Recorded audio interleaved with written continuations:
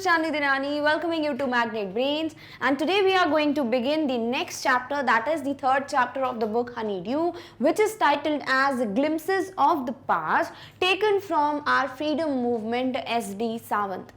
तो यहाँ पर जैसे कि टाइटल खुद बोल रहा है glimpses of the past, glimpse का मतलब क्या होता है, एक छोटी सी झलक, ठीक है। अगर फॉर एग्जाम्पल आपको सिर्फ ये बोला जाए कि सपोज किसी कोई फ्रेंड आपके कोई ट्रिप पे गया था, कोई फॉरेन ट्रिप पे गया था, and you wanted to know कि एग्जैक्टली क्या हुआ, और फिर आपका फ्रेंड बोलता है कि भाई this is the one video जिसमें ऑलमोस्ट सारी चीजें हैं, so it is kind of a glimpse of my trip. इसका मतलब कि पूरी जो भी ट्रिप थी of 10 to 15 days of that friend, उसने एक कंप्लीटली व्लॉग वगैरह करते हैं, वैसे ही एक वीडियो में उसने सारी चीजें जो है आपको दे दी हैं, so that you can have a glimpse of what ever he went through और what ever he saw in that particular trip. तो एक जो छोटी सी झलक होती है उसे कहते हैं ग्लिम्स। अब यहां हम पढ़ रहे हैं ग्लिम्सेस ऑफ द पास्ट, इसका मतलब हमारी जो भी हिस्ट्री में चीजें हुई हैं, particularly related to the first war of independence, उससे रिलेटेड जो भी छोटी छोटी चीजें हैं जो आपको पता होना चाहिए। For example we should say the major things, जो एक इंपॉर्टेंट चीज है, पूरी कंप्लीट स्टोरी ना पढ़ते हुए, इन डिटेल इन डेप्थ में ना पढ़ते हुए, जो कि आप अपने हिस्ट्री के लेसन में पढ़ते होंगे। अगर आपको ओवरऑल एक व्यू चाहिए कि एग्जैक्टली क्या हुआ था जिस वजह से फर्स्ट वॉर ऑफ इंडिपेंडेंस हुआ, एग्जैक्टली व्हाट हैपेंड कि ब्रिटिशर्स एंटर हुए इंडिया में, how they took over the Indian princess, how they took over all the businesses, कैसे छोटी छोटी इंडस्ट्रीज ने बहुत ज्यादा सहन किया, they saw a lot of trouble. ये सारी चीजें जो हैं अगर हम इन डिटेल पढ़ने बैठेंगे तो बहुत ज्यादा लेक्चर्स लगेंगे, right. But if fortunately we have something in which we can just get to know about it in around 40 to 50 minutes, तो उससे ज्यादा कुछ अच्छा नहीं हो सकता, राइट। तो वही जो छोटी छोटी सी झलक है, जो छोटे छोटे ग्लिम्स हैं आपके पास्ट के, आपकी कंट्री के हिस्ट्री के, अबाउट द मार्टियर्स, जो भी शहीद थे उनके बारे में, हर एक चीज यहाँ पे इस चैप्टर में गिवन है। What all events led to first war of independence, because we should know, right, there are many people who are not at all aware about the sacrifices that the martyrs made. जो भी freedom fighters थे उन्होंने जो भी sacrifices किए उनके बारे में हार्डली बहुत ऐसे कुछ लोग होते हैं जिनको हार्डली कुछ पता होता है। So today we are going to get to know about a lot of things specifically related with the war of 1857।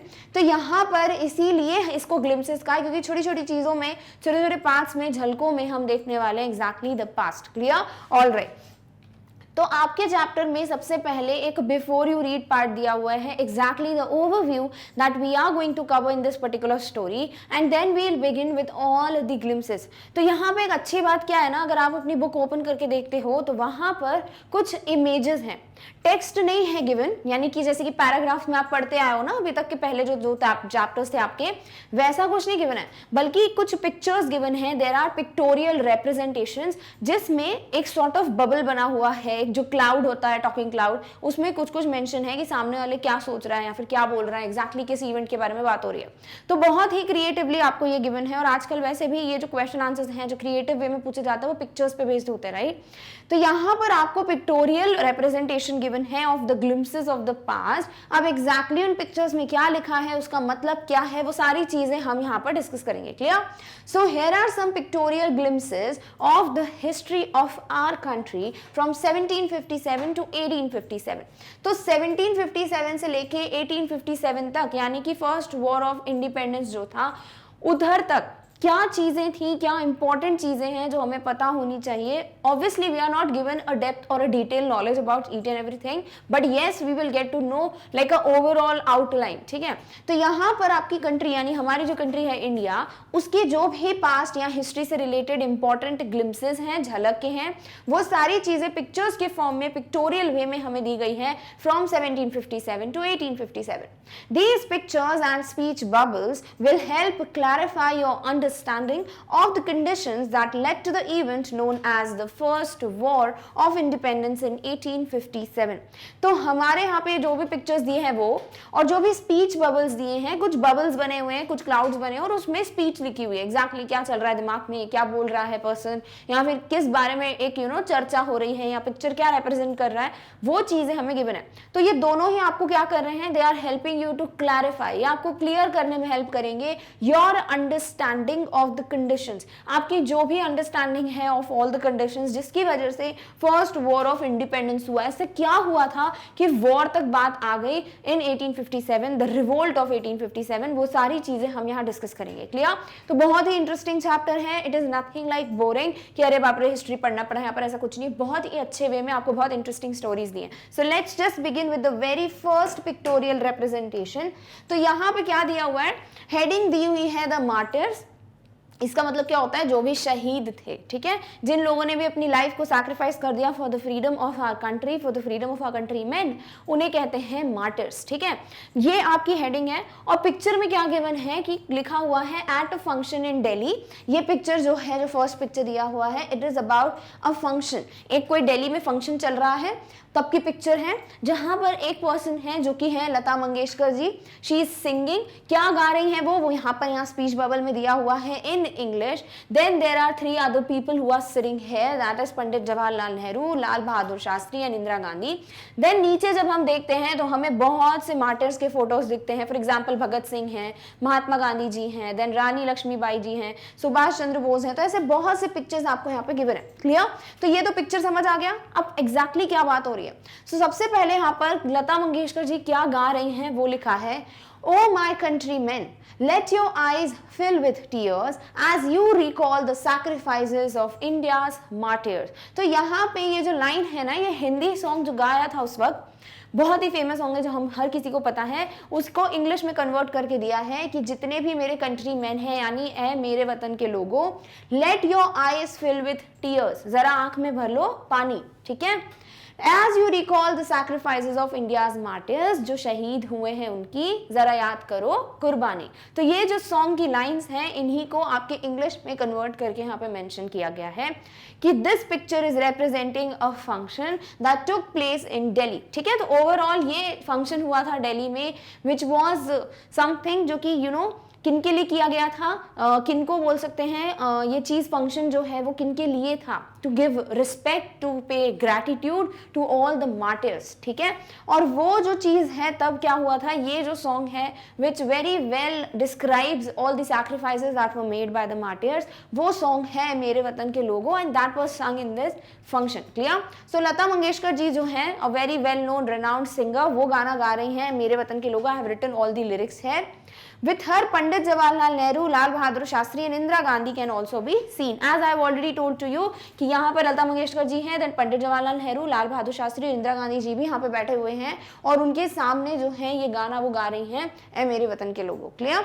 तो यहाँ ओवरऑल आपको क्या दिख रहा है कि यहाँ हम बिगिन कर रहे हैं। देखो ये इवेंट नहीं है, ये तो बिगिनिंग है, ताकि हमें समझ आए कि there have been so many people, there have been so many young people, even like Bhagat Singh का बहुत बड़ा एग्जाम्पल है, they gave their life to free their country, to free their country man from Britishers. ठीक है, तो जो भी British rule चल रहा था उससे फ्री करने के लिए जितने भी लोगों ने अपनी लाइफ को सैक्रिफाइस कर दिया, उन्हें कहा गया है मार्टिर्स, और उन्हीं को डेडिकेट किया गया है ये song by Lata Mangeshkar. Clear? तो ये सिर्फ बिगिनिंग है। एग्जैक्टली हम क्या पढ़ने वाले हैं कि क्या इवेंट्स थे जिसकी वजह से ये फर्स्ट वॉर ऑफ इंडिपेंडेंस हुआ, that will begin later. Clear? All right. Next है आपका द कंपनी कॉन्क्वेस्ट। अब कंपनी क्या है यहाँ पर, तो जो ईस्ट इंडिया कंपनी है, हम सबको पता है जो ब्रिटिशर्स का जो रूल स्टार्ट हुआ था, that was from east India company, तो वो है कंपनीज। और कॉन्क्वेस्ट का मतलब होता है कॉन्करिंग, यानी कि जीत, जो उन्होंने एक तरीके से कब्जा कर लिया था, हर एक पार्ट को अपने अंडर कर लिया था, उसे कहा गया है conquest. So that is from 1757 to 1849। तो इस बीच में क्या क्या हुआ है वो सारी चीजें हम यहाँ पर एक पिक्टोरियल रिप्रेजेंटेशन से समझेंगे। एग्जैक्टली पिक्चर में क्या दिख रहा है, that there is a map, it is written 18 India 1765, और जहां पे भी येलो पोर्शन है वो है इंडियन प्रिंसेसेस, यानी 1765 में जो इंडियन प्रिंसेस हैं, यानी कि जो जितने भी राजा थे भारत के, उनका जितना भी रूल था, whatever part of India was under the control or rule of our princes of India, उन्हें कहा गया है कि भाई वो येलो पार्ट से हैं, तो मेजॉरिटी अभी तक इंडिया का ही रूल है, बट जो portion sort of red colour का दिख रहा है, that is the British territory, यानी इतना इतना पार्ट जो है वो 1765 में ही ब्रिटिशर्स ने अपने कंट्रोल में ले लिया था। क्लियर? तो अभी सिर्फ इतना पार्ट है, जब हम लेटर टिल द एंड पहुंचेंगे तो आपको ऑपोजिट सिनेरियो देखने को मिलेगा। What is mentioned here, with its superior weapons, the British East India Company was extending its power in 18th century India. ये दिया हुआ है कि ये जो ब्रिटिशर्स थे उनके जो सुपीरियर वेपन्स थे। अब देखो सुपीरियर वेपन्स में 3-4 चीजें हैं। नंबर 1, जो बहुत अच्छे इनके पास आर्म्स थे, एम्यूनिशंस थे, गन हो गई, राइफल्स हो गई, तो वो वेपन्स होगा इनका नंबर 1। नंबर 2, जो इनके पास जो एक चालाकी थी, जो विटी नेचर था इनका, जो क्लेवरनेस थी, that is again one more superior weapon. और तीसरी चीज जो थी, इनके जो डिफरेंट वेज थे, जो ट्रिक्स ये यूज करते थे, डिफरेंट वेज फाइंड करते थे to take control over the people of India, ये सारी चीजें जो है इनकी सुपीरियर वेपन्स के अंदर आती हैं। और ब्रिटिशर्स ने क्या किया, जो ईस्ट इंडिया कंपनी, जो कंपनी की बात की गई है ना, उन्होंने अपना पूरा पावर जो है वो एक्सटेंड करना, फैलाना स्टार्ट कर दिया था in 18th century. Clear?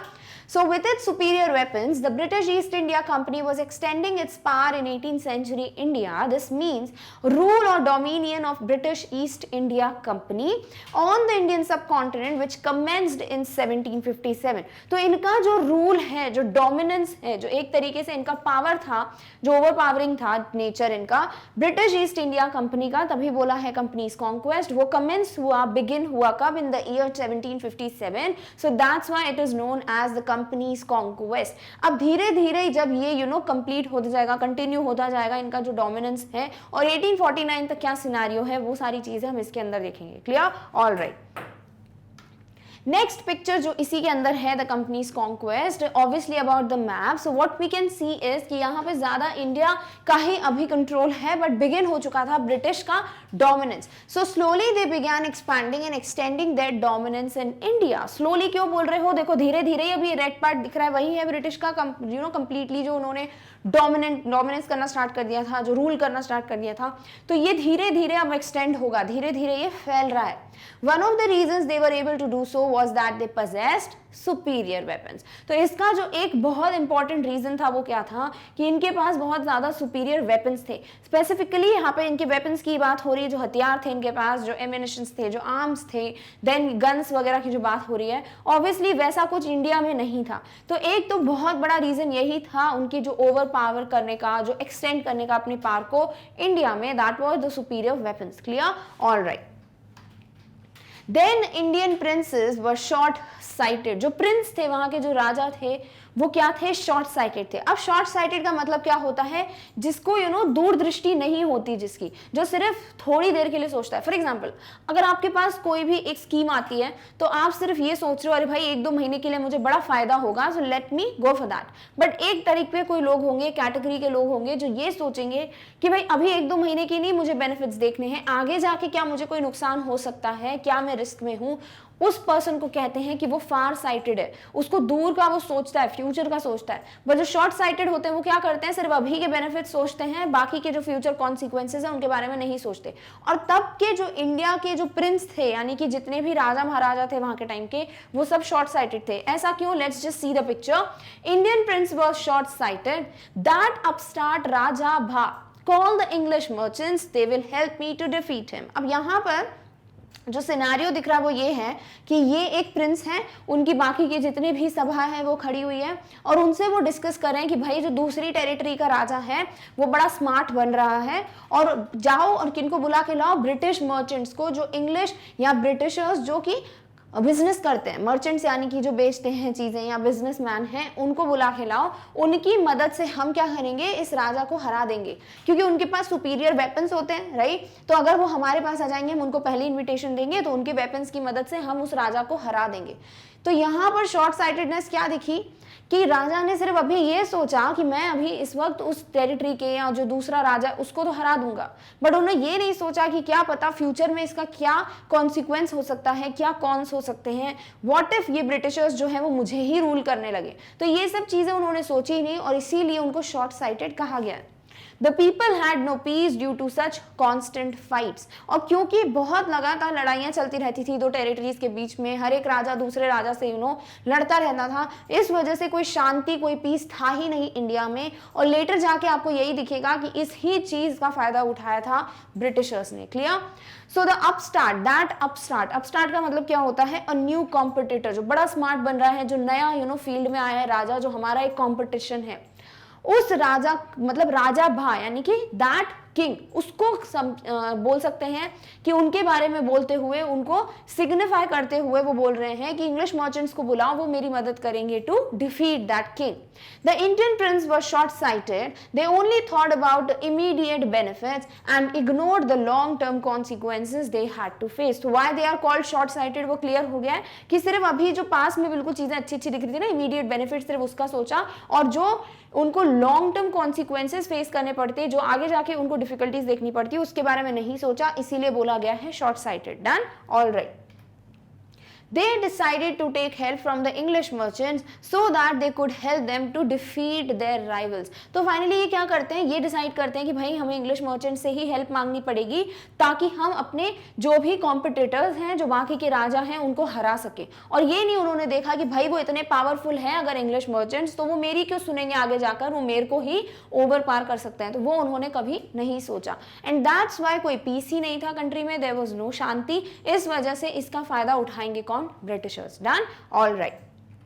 Next given है the rivalries help the East India Company and it could easily subdue Indian princes one by one. तो ये जो क्या हुआ था, ये जो दिख रहा है आपको यहाँ पे कोई ब्रिटिशर है और यहाँ पर क्या है भाई इंडियंस हैं, तो ओवरऑल क्या कर रहे थे ये जो ब्रिटिशर्स हैं, उन्होंने देख लिया कि भाई यहाँ पर क्या है, बहुत दुश्मनी है, राइवलरी यानी एक दूसरे से जो दुश्मनी है राजाओं की, और उसी का हम फायदा उठा लेते हैं क्योंकि हम फिर इजीली क्या कर पाएंगे, हम एक एक करके ये जो राजा हैं, जो इंडिया के प्रिंस हैं, उनको हम ओवर पार कर लेंगे। सो सबड्यू का मतलब है ओवर पार करना, किसी को अपने नीचे दबा देना, रूल करने लगना। Clear? So the rivalries of Indian Kings help the British east India company in overpowering the Indian rulers. तो ओवरऑल हमें क्या देखने को मिल रहा है कि बिकॉज कोई यूनिटी ही नहीं थी हमारे इंडियन किंग्स में, क्योंकि ये लोग सब लोग लड़ते रहते थे, they were just indulged in these rivalries, and because of that constant fight they called English merchants to help them. But क्या हुआ, on the contrary, वही English merchants ने बहुत ज्यादा दिमाग यूज किया और फिर वो इन इंडियन किंग्स को ही रूल करने लगे। डन? ऑलराइट। नेक्स्ट हमें देखने को मिलता है a far seeing ruler like the brave Tipu of Mysore fought the British till he died fighting. But ऐसा होता है ना कि कुछ लोग होते हैं जिनमें फार साइटेडनेस की क्वालिटी होती है, तो ये जितने भी किंग थे, प्रिंस थे, उनमें सिर्फ अभी ये था कि भाई हमें नियर शॉर्ट साइटेड थे, सिर्फ अभी नियरेस्ट जो इमीडिएट बेनिफिट्स थे उसके बारे में सोच रहे थे। बट इनमें भी एक किंग था जिसको ये समझ आ गया था कि भाई ब्रिटिशर्स क्या कर रहे हैं, and that was Tipu Sultan of Mysore. तो उन्होंने ये देख लिया था कि भाई क्या हो रहा है एग्जैक्टली, भाई हम लोग को ये रूल करने वाले हैं ब्रिटिशर्स, और ओवरऑल क्या हो रहा है, हमारा ही नुकसान हो रहा है। So this person that is the ruler of Mysore, Tipu Sultan, जिनको टाइगर ऑफ मैसूर के नाम से भी जाना जाता है, understood the policy of Britishers and fought against them till his last moment. तो ये समझ चुके थे कि भाई इनके दिमाग में क्या चल रहा है ब्रिटिशर्स के, और उनके साथ उन्होंने बिल्कुल मरते दम तक लड़ाई की। He fought for that freedom with the Britishers until he died. तो जब तक उनकी लास्ट ब्रेथ नहीं थी तब तक वो चलती रही। Till then he was fighting, he was that brave person and he was intelligent to understand the policies जो कि ब्रिटिशर्स के दिमाग में चल रही थी। क्लियर? All right.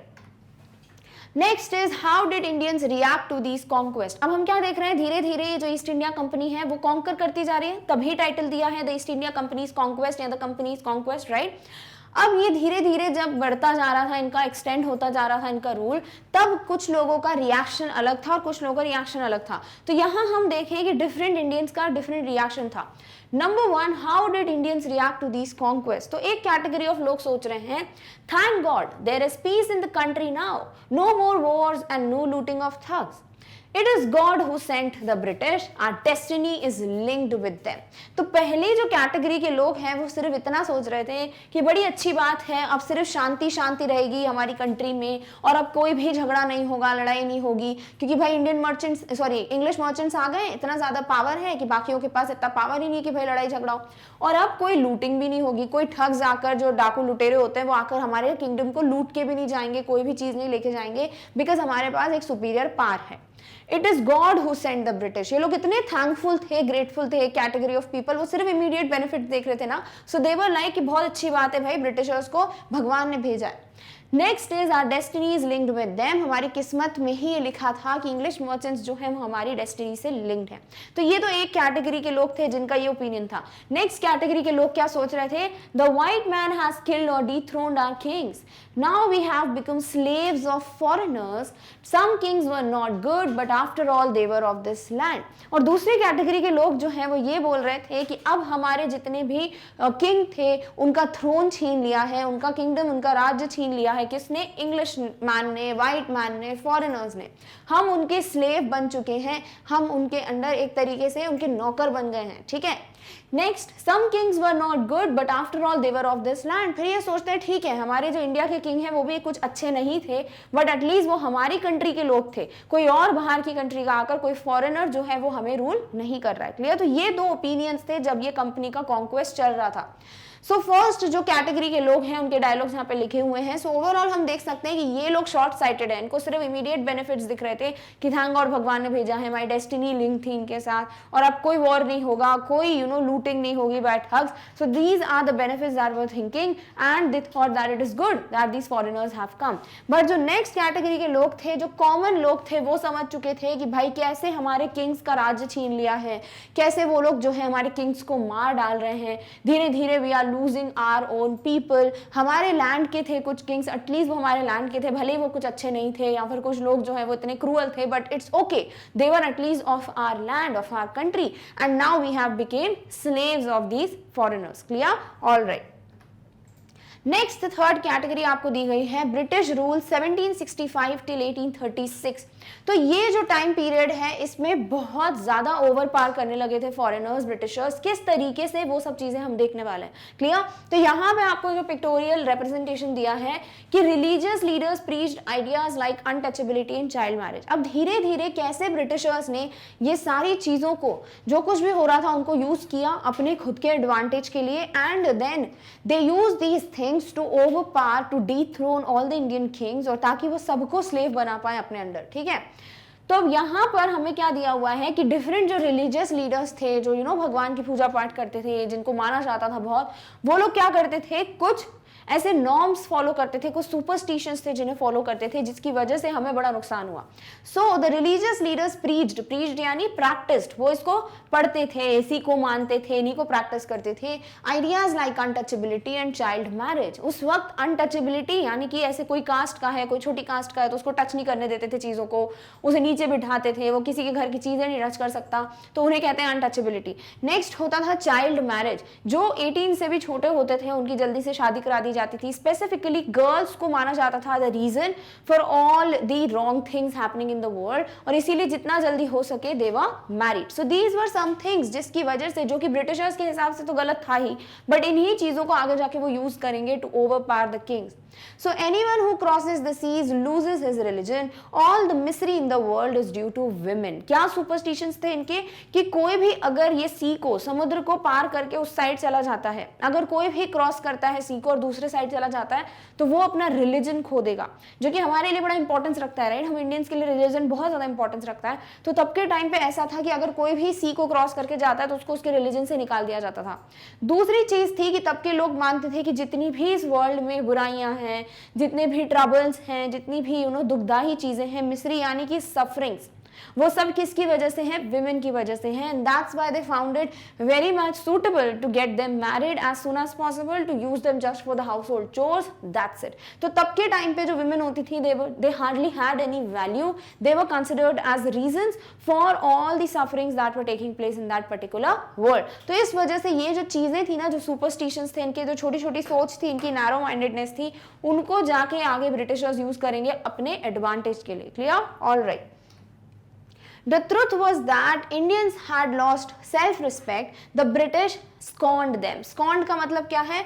मॉक करना, ठीक है, किसी का फन उड़ाना, किसी को नीचा दिखाना, उसे कहते हैं स्कॉन करना। तो यहाँ पे दिया है कि सच्चाई ये नहीं थी कि सिर्फ वो प्रीच कर रहे थे इन चीज़ों का इसकी वजह से, बल्कि ये हो रहा था कि इंडियंस ने खुद की सेल्फ रिस्पेक्ट खो दी थी। ब्रिटिशर्स को समझ आ गया था कि इन लोगों में कोई भी सेल्फ रिस्पेक्ट नहीं है, बिकॉज ये तो ऐसी छोटी छोटी चीज़ें ही मानते हैं, जो इतनी नैरो माइंडेडनेस है इनकी, इन सब चीज़ों को मानते हैं। इस वजह से ब्रिटिशर्स के दिमाग में ये चीज़ आ गई थी, what they had as an impression of these Indian rulers were that they have no self respect, और उसी को यूज करते हुए इन्होंने क्या किया, उनका मजाक उड़ाना, उनको नीचा दिखाना, उनको रूल करना स्टार्ट कर दिया। किसने? ब्रिटिशर्स ने। The natives are unworthy of trust, incapable of honesty, true your honour but I am honest. किस तरीके से इन्होंने इस चीज़ को यूज किया कि जो ब्रिटिशर्स होते थे वो यही बोलते थे कि भाई जो नेटिव हैं, जो दूसरी टेरिटरी के लोग हैं, वो क्या है, वो अनवर्दी हैं, they are not worthy for, या फिर वो लायक नहीं है किसके? ट्रस्ट के, इनकेपेबल ऑफ ऑनेस्टी, उन पे कोई भी भरोसा नहीं कर सकता, उनमें बिल्कुल भी ऑनेस्टी नहीं है, दे आर नॉट लाइक, वो ईमानदार नहीं है, ये सारी चीजें वो बोलते थे। इस तरीके से वो नीचा दिखाते थे, मॉक करते थे इंडियंस को। और जो इंडियंस थे ऑब्वियसली उनको पता था कि भाई इनके अंडर हमें काम करना है, अब सारी पावर इनके अंदर है, सो दे वर लाइक हाँ भाई हो सकता है, इट्स ट्रू कि वो लोग ऑनेस्ट नहीं है बट हम बड़े ऑनेस्ट हैं। तो ये हमेशा उसी तरीके से काम करते थे, ईमानदारी से, जैसे जैसे ब्रिटिशर्स बोलते थे। तो ओवरऑल ब्रिटिशर्स जो है उनके सामने इनकी सेल्फ रिस्पेक्ट रही नहीं थी इंडियंस की, तो वो उनको ओवर पार करने लगे थे। So it was all like, जो यूनिटी ही नहीं थी ना इंडियंस में, इस वजह से जो प्रिंस थे, जो किंग थे, उनमें यूनिटी नहीं थी, उसका फायदा बहुत अच्छे से उठाया किसने? हमारे ब्रिटिशर्स ने। Clear? All right. Being merchants the British wanted quick profits. Next क्या करा उन्होंने जिससे वो अपना पावर एक्सटेंड करते गए, फैलाते गए अपने रूल को? क्योंकि ये मर्चेंट्स थे भाई, बिजनेसमैन थे, इनको पता था किस तरीके से बिजनेस किया जाता है और बड़े दिमाग था इनमें। So the British wanted quick profits, इनको हर एक चीज में बहुत जल्दी फायदा चाहिए था। दे वांटेड कि बहुत जल्दी विदाउट टेकिंग मच टाइम इनको सारे फायदे मिलते जाएं। Their heavy taxes forced farmers to abandon their fields, और हमें भी पता है कि ये बहुत ज्यादा टैक्स लगाते थे, हर एक चीज पे इनकी ड्यूटी लगी हुई थी, ड्यूटी यानी tax. So they used to impose a lot of tax, जिसकी वजह से कोई भी चीजें होती थी जो खरीदनी है फार्मर्स को, गेस हर चीजें, तो इतना पैसा उनके पास होता नहीं था। सो क्या हो जाता था, वो अपने लैंड्स को, अपने फील्ड्स को, खेतों को बेच देते थे, कि इनको ब्रिटिशर्स को दे देते थे। क्यों? क्योंकि उनके पास पैसे नहीं होते थे इनको देने के लिए, और अगर पैसे नहीं देते थे ये लोग तो आगे जाके हम पढ़ेंगे कि दे वर लाइक थ्रेटेंड कि उनको जेल में डाल दिया जाएगा। तो ओवरऑल ये सारी चीजें जो ब्रिटिशर्स फॉलो कर रहे थे उसकी वजह से उनको तो बहुत ज्यादा प्रॉफिट हो रहा था, बट जो फार्मर्स हैं उनके लैंड उनको छोड़ने पड़ रहे थे, they were like abandoning their fields. But your man are talking taking all my crop. अब यहाँ पे दिख रहा है कि कोई फार्मर है और वो इन ब्रिटिशर से बात कर रहा है कि आप लोग के लोन मेरे सारे क्रॉप्स ले जा रहे हैं, सारी खेती ले जा रहे हैं, तो भाई मैं क्या बेच के पैसे दूंगा? बिकॉज एक फार्मर के लिए पैसे कमाने का क्या होता है जरिया? जो भी वो क्रॉप कमाते हैं, राइट, जो भी फसल होती है उनकी, उसको बेच के वो पैसे कमाएंगे। तो क्या करते थे ये जो इंग्लिश मैन थे, वो इनकी सारी जो भी फसल होती थी वो ले जाते थे। सो दिस इज द पर्सन जो वो इंग्लिश मैन को बता रहा है कि भाई तुम्हारे ही लोग जो है मेरी सारी फसल ले जा रहे हैं। तो इंग्लिश मैन क्या करते थे? They used to threaten. What they used to say is you are still in arrears। इसका मतलब क्या होता है? money that is owed and should have been paid earlier। अभी भी तुम्हारा बहुत हम पे उधार है, तुमको वो चीजें पे करनी है, वापस लौटानी है। If you don't pay next week I will send you to jail। और अगले हफ्ते तक अगर तुम ये पैसे नहीं लौटाओगे, सारी ड्यूज क्लियर नहीं करोगे, तो फिर हम तुम्हें जेल भेज देंगे। और जेल जाने से हर कोई डरता था। So this was the way कि ब्रिटिशर्स उनको थ्रेटन करते थे, and finally they used to earn all the profits and also get the farmers land. तो इस तरीके से वो प्रॉफिट कमाने लगे और सारी चीजें धीरे धीरे अपने अंडर में लेने लगे। Done? All right. Still the British invented other methods which gave them more profits। तो ये हर एक तरीका यूज कर रहे थे जिससे इनको इमीडिएट प्रॉफिट्स मिले, बेनिफिट्स मिले, और इनका सिर्फ फायदा होता जाए। और इसी चक्कर में क्या हो रहा था, हमारे जो फार्मर्स हैं, जो डिफरेंट लोग हैं, उनका लैंड, फील्ड सब इनके कंट्रोल में आता जा रहा था, और धीरे धीरे हमारे फार्मर्स, जितने भी प्रिंस हैं, उन सबका किंगडम, उनका लैंड, फील्ड सब कुछ डिस्ट्रॉय होता जा रहा था। They were becoming poor and these were getting richer and richer day by day. Clear? फिर भी इनको ऐसा लग रहा था भाई अभी भी और भी प्रॉफिट कमाना है, तो ये और तरीके यूज कर रहे थे। They were inventing different ways. वैसे भी बहुत ज्यादा क्लेवर थे ये लोग, तो बहुत डिफरेंट वेज ये लोग इन्वेंट कर रहे थे, ताकि क्या कर पाए ये, ताकि ये ऐसा कुछ कर पाए जिससे इनको और ज्यादा प्रॉफिट मिले। Clear? So what is the next picture? Still the British invented other methods which give them more profits. और यहाँ पे कोई फॉरेनर है, he is saying the goods manufactured in England should not have any import duty when brought into India.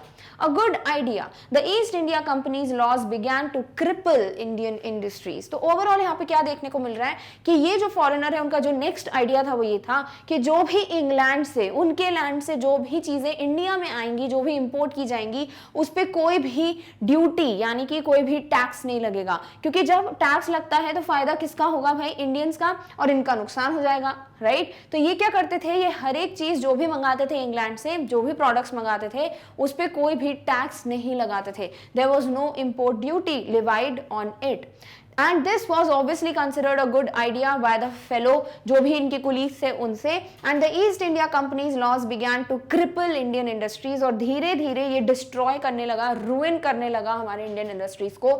जो भी इनके laws थे, जो भी इनके रूल्स बन रहे थे, जिससे इनका तो फायदा हो रहा था, बट डेफिनेटली हमारी जो इंडियन इंडस्ट्रीज हैं, जो भी फार्मर्स हैं, उन सबका बहुत ज्यादा नुकसान हो रहा था, and ultimately our industries were getting destroyed, because सिर्फ इनकी ही चीजें बिक रही थी, इन्हीं का तरीका चल रहा था, जिसकी वजह से इनको प्रॉफिट हो रहा है, इन्हीं के गुड्स बिक रहे थे जो इंग्लैंड से आते थे, और हार्डली हमारे इंडियंस की कोई भी चीजें बिकती थी। Clear? All right. Inevitably famines followed। अब नेक्स्ट क्या दिया हुआ है, inevitability famines followed between 1822 to 1836 15 lakh Indians died of starvation. इतनी बुरी हालत हो गई थी कि खाने के लिए भी कुछ नहीं होता था, and because of that starvation, that hunger, हमारे जो 15 लाख इंडियंस हैं दे लॉस्ट देयर लाइफ। कब कब? From 1822 to 1836। तो इस इंटरवल में बहुत ज्यादा फमीन फैला था। इनएविटेबिलिटी मतलब अनअवॉइडेबली, भाई अब कुछ था ही नहीं, पैसे ही नहीं थे, फील्ड्स नहीं थी, कुछ नहीं था, तो ऑब्वियसली खाना कहाँ से खाएंगे, पैसे नहीं है तो, फील्ड नहीं है तो फसल भी नहीं उगा सकते। तो ये चीज ऐसी थी जो अवॉइड कर ही नहीं सकते थे, और इस वजह से जो फमीन है यानी स्कैरसिटी ऑफ फूड है, खाने की कमी है, वो फैलती गई। और इस इंटरवल में 1822 से 1836 तक हमारे 15 लाख इंडियंस जो हैं they died because of starvation, because of hunger. The British policies ruined the export artisans and their business। Obviously जो नेक्स्ट जो इंडस्ट्री थी वो थी कि जो अपने हाथों से चीजें बनाते थे, जो आर्टिस्ट होते थे, जिनका छोटा छोटा बिजनेस चलता था, वो सारी चीजें भी रुइन होने लगी, डिस्ट्रॉय होने लगी, बिकॉज ये जो फॉरेनर्स थे वो मशीन मेड प्रोडक्ट्स मंगा लेते थे घर में ही, या मशीन्स बुला लेते थे, उन मशीन से वो बना लेते थे, इनके पास हर एक चीज का सुपीरियर तरीका था।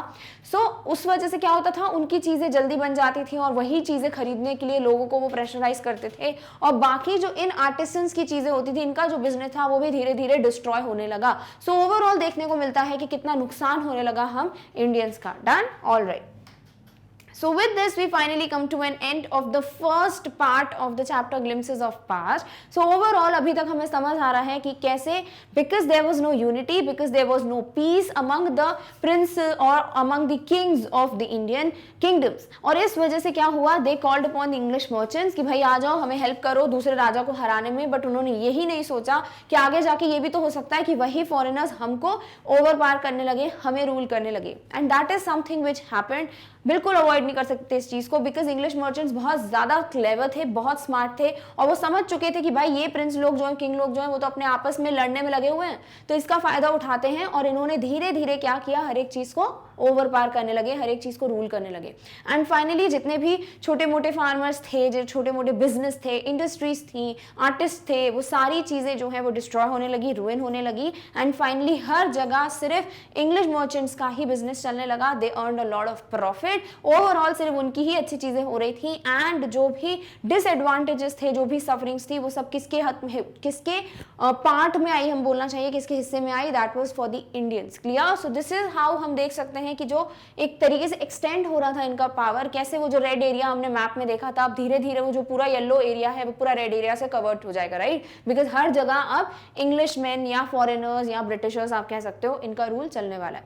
तो आगे जाके अब क्या होता है in the part 2, what exactly happened धीरे धीरे, और क्या चीजें थी, क्या सफरिंग्स थी जो हमें देखने को मिलेंगी, and also what were the events जिससे फाइनली ये इंडियंस ने क्या किया, they led to the first war of independence in 1857। वो सारी चीजें हम देखेंगे in the next video, that is the next part of this chapter. So till then take care of yourself, और इस टॉपिक की नोट्स की लिंक आपको डिस्क्रिप्शन बॉक्स में मिल जाएगी। Thank you so much for watching, bye.